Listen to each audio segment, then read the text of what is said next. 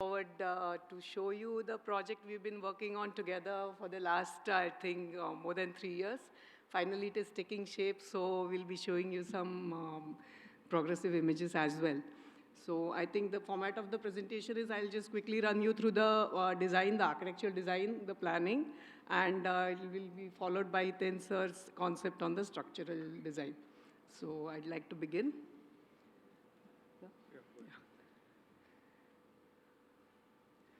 So quickly to brief you about the location of the project, it is located in Nerul, Navi Mumbai. It's part of a 22-acre land which is called the Wonders Park. So Wonders Park was basically, again, designed by us way back and completed in 2012. A dumping ground converted to a playground, and it really was a popular destination for people in Navi Mumbai as well as from outside. So while doing the master plan itself, we had identified a chunk of land of about 5 acres and kept it for a future development of the science park, which, after 10 years, it's taking the shape. So out of the 22 acres, 17 acre belongs to the Wonder Park and the 5 acre where we are developing the science park project. So these are some photographs of the Wonders Park in its own beauty. And you can see the science park, how it has been set into the master plan.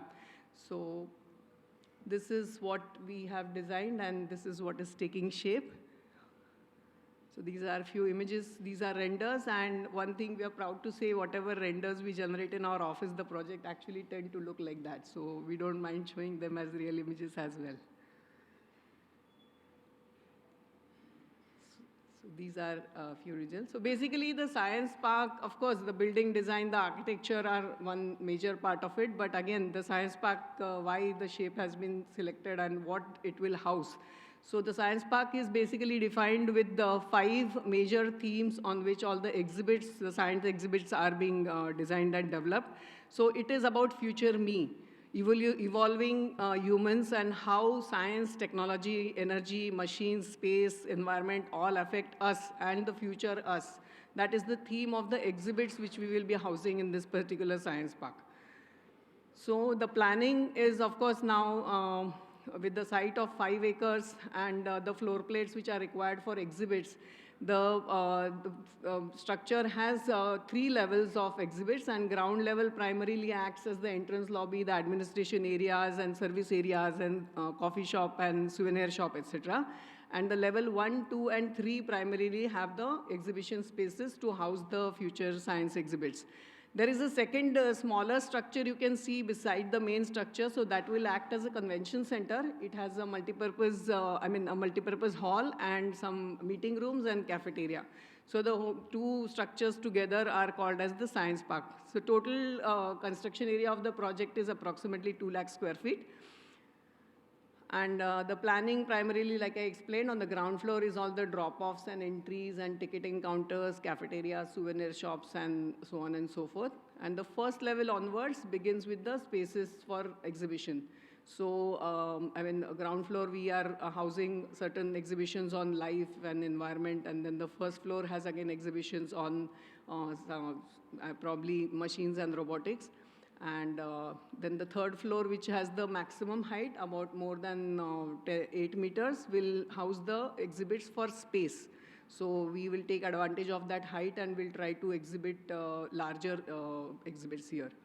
So this is how the section looks like. This is, of course, a generation from SketchUp. Now we are well in advanced stages and we have detailed models of the structure as well. So this is how the whole building looks like. So I think I'll hand over to Hiten sir, and he'll explain the concepts behind. Thank you, Tejaswini. I just like to tell you that this is a challenging job where we were given a task to work on the convention center, the science center, and there's a small walkway behind also which is quite challenging. So it's quite an arty structure. And it was a challenge. I think the project is midway. We are working on the top dome now. And I'll just go down through the presentation. As Mahimtura consultants, my associate Prashant Tidke, he's helped in the design.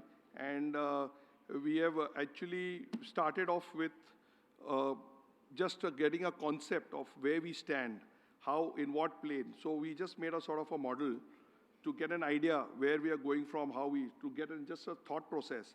If you can see, the spiral walkway in the middle also is a challenge because they don't have columns. They've got columns, slanting columns, staggered in one direction and another direction. So to support the walkway itself is a challenge.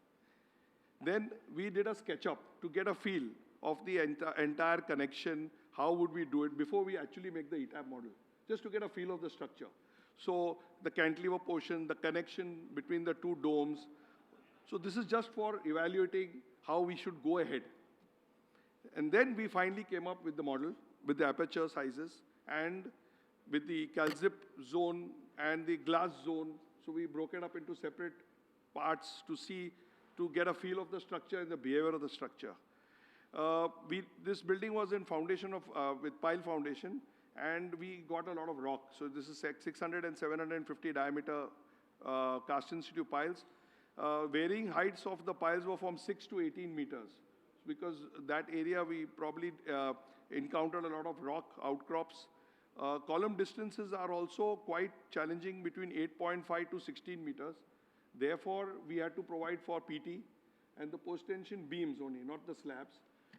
We used unbonded PT instead of bonded, and that helped us slightly in the design from point of view of sizing of the beams.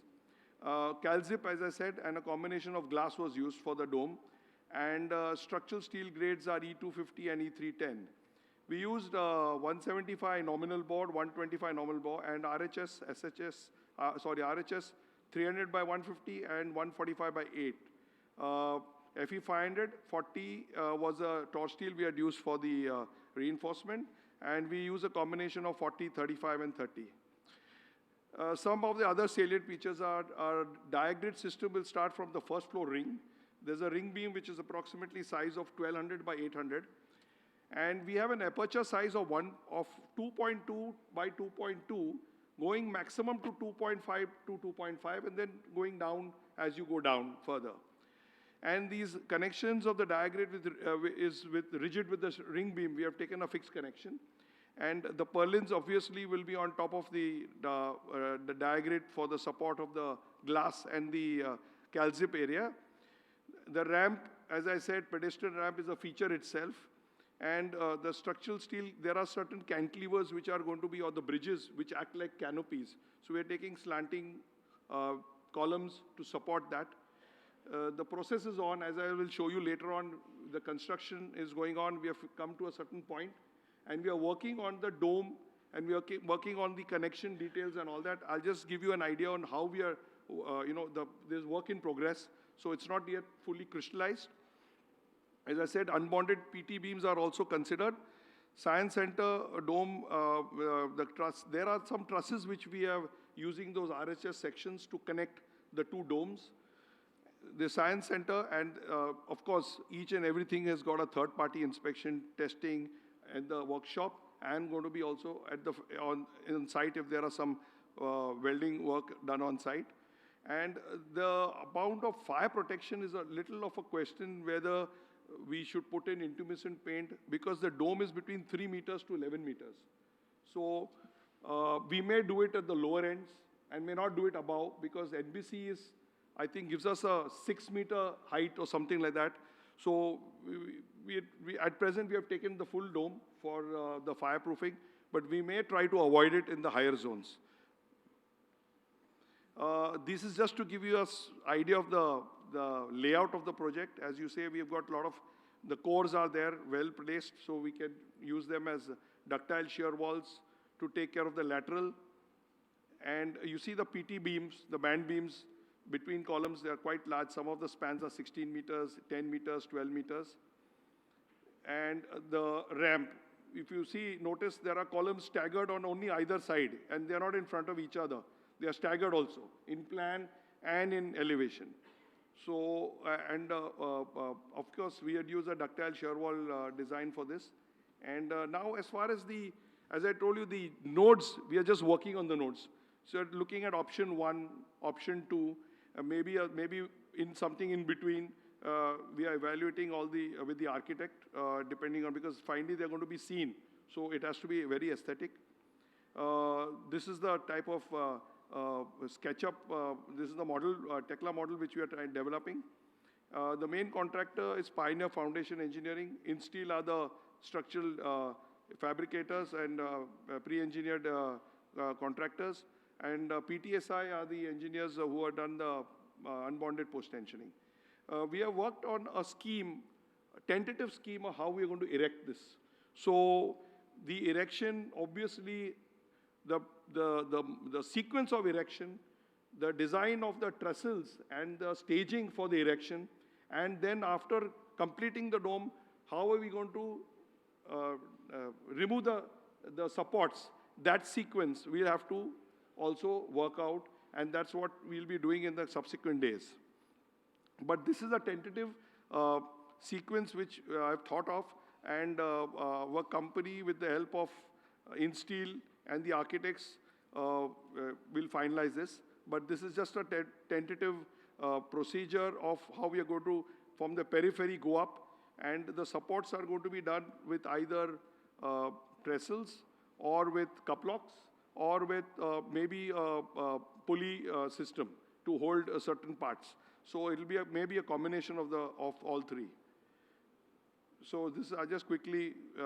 So it will be obviously going from out, and every piece will be held by with tubes, and this is the final dome, and what we conceive would be the erection sequence. And as I said, we'll be using either any of these what you call scaffolding systems for support, or trestles, or some pulley systems. This is, of course, the zone. Wind is 44 meters per second. This is in Bombay. Earthquake we have taken as the seismic zone 3. The type of the quantity of steel which we have used in this is about 465 tons is the structural steel, and about 2,500 is the reinforcement steel, and the about 40 tons of post-tension steel. The work on site, as I said, I just taken some photographs. This is the piling rigs. Then we finish the piling.